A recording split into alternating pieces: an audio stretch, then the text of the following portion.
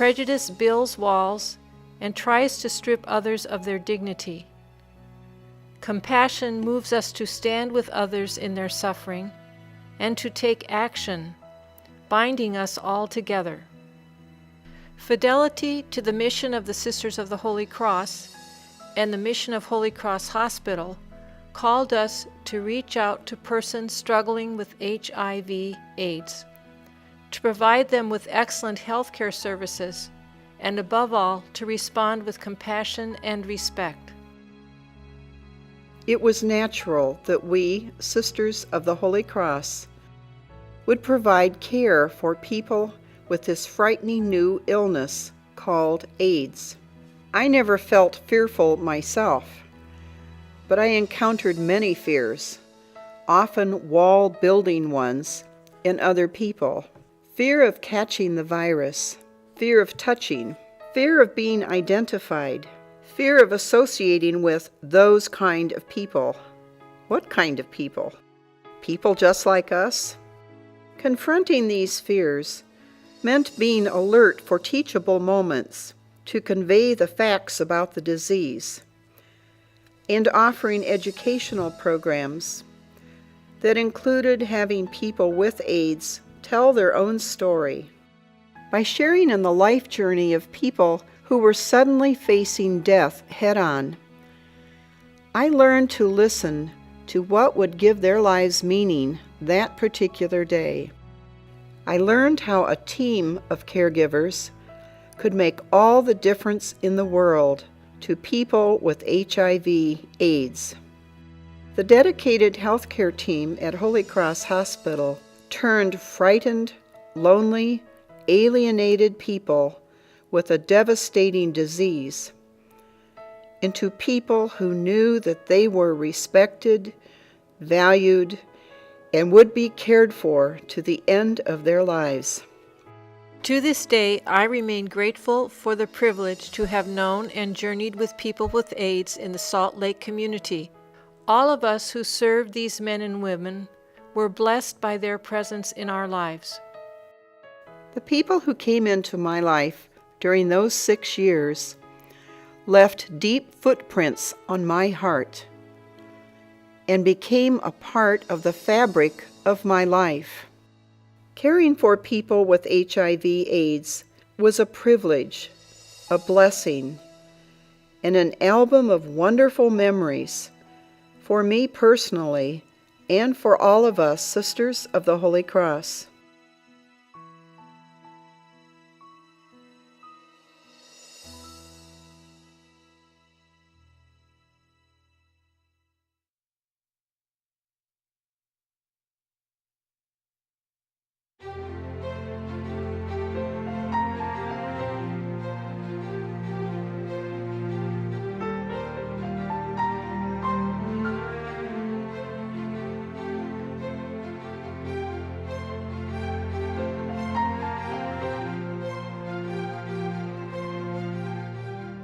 In 1981, about the time AIDS began appearing in California, Dr. Kristen Reese arrived in Salt Lake City with a desire to pursue her training as a specialist in infectious diseases. During her first week in Utah, she came across an article on the mysterious new illness. I thought, well, that looks like an interesting illness. So I was a little whacked. I just thought it was going to be the most interesting thing that there ever was. And I wasn't aware there was going to be such a social aspect to it at the time. 2 years later, after going into private practice at Holy Cross Hospital as an infectious disease expert, Dr. Reese found herself in the midst of the social and medical controversies surrounding HIV/AIDS.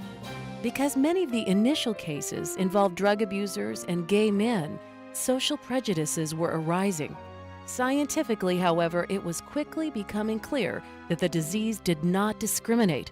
Fortunately for those along the Wasatch Front infected with HIV and AIDS, neither did Dr. Reese. Everybody has equal value. You don't turn people away because they happen to have an illness. Not everyone practicing medicine agreed. I had them tell me I was crazy. In fact, one of my acquaintances still now today, we bumped into each other in the street back in the 80s, and she says, I don't know which is worse, my cancer patients or your HIV patients. She said, "Oh, it's worse for me to take care of the cancer patients because yours deserved what they got."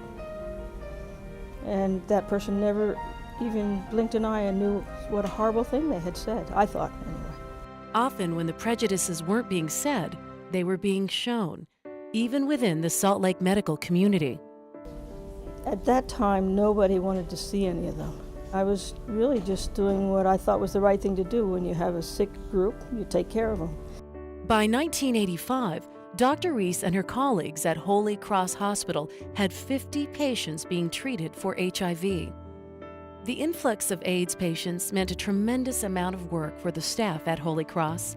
Dr. Reese recalls often spending her lunch hour checking on patients at home. Because healthcare facilities refused to accept HIV-positive residents, she would also spend weekends making house calls to ensure her patients had the basic necessities. Took care of these people, and it became almost a passion. And everyone that was involved in the work, they had such passion for taking care of these people that was so touching and still is. And I think one should always have a passion for what they do. Maintaining that passion while sustaining the tireless effort required to care for her patients came at a price for the selfless and humble physician.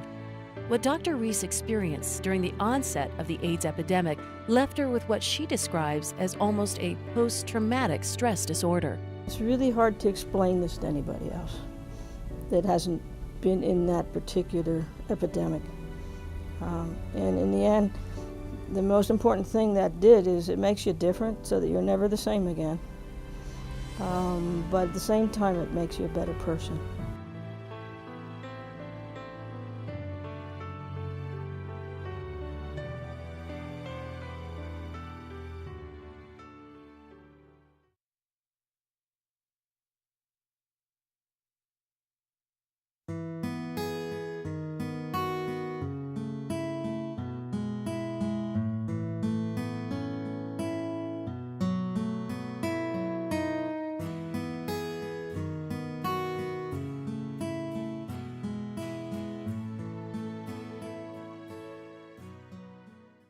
I think with any disease outbreak where there's a lot of fear, education is the foundation to everything you do.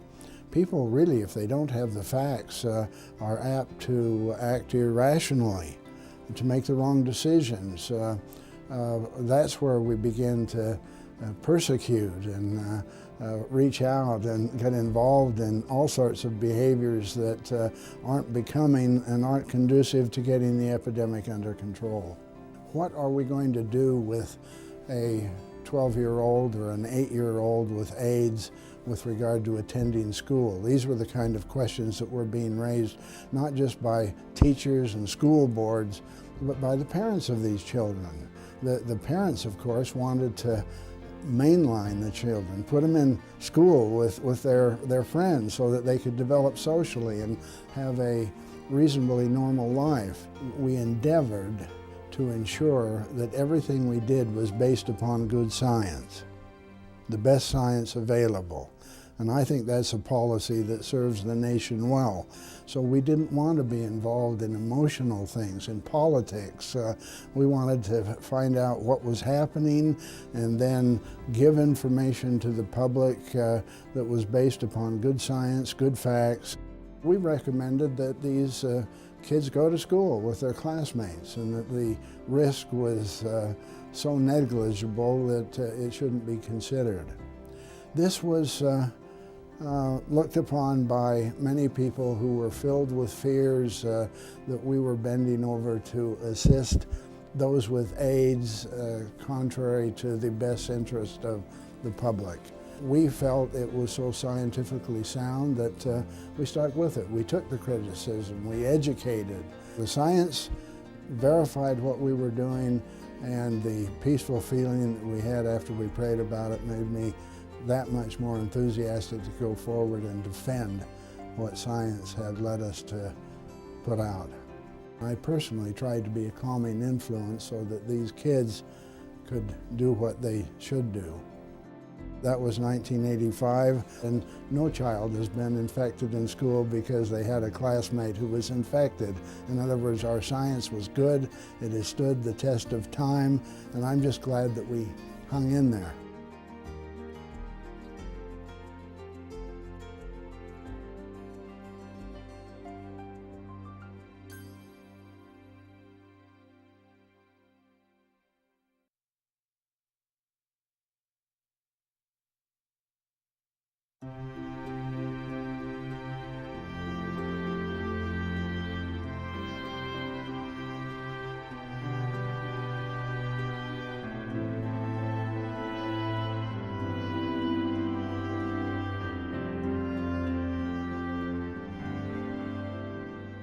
On the morning of May 16, 1990, as the Senate prepared to debate a bill that would offer AIDS patients across the country better access to health care, the Senate chaplain noted in his morning prayer that rarely will the Senate be called upon to deal with an issue more complicated by prejudice, fear, and emotion, nor more presently or potentially destructive than the issue of AIDS.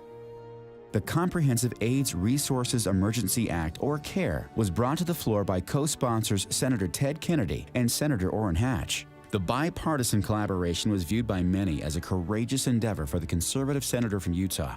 But Hatch was such a steadfast supporter of the legislation, he overlooked party differences. It took a lot of courage on his part. He has that ability to reach out a hand and get others involved, and often that's the only way that you can get something as important as the CARE Act passed. That a bill on such a heated topic would pass the Senate by the large margin of 95-4 was the direct result of successful efforts to build strong bipartisan support over the preceding weeks and months. During his final speech of the Senate floor debate, the vocally supportive Hatch offered this thought: "I think this bill is a fitting tribute to Ryan White, although it's not nearly what he deserves. But it is one of the finest pieces of legislation to come out of this body." It had such a major effect upon so many people because its main target were individuals and families that were being affected by the AIDS epidemic. Many of the people who were literally dying of AIDS didn't have the means whereby they could take care of themselves. The CARE Act was just what the name says. It was a caring way to reach out and provide the emergency services that people affected by AIDS needed so badly. So I think it was a great step forward to have that legislation in place. Overall, without it, we wouldn't be able to do what we do today.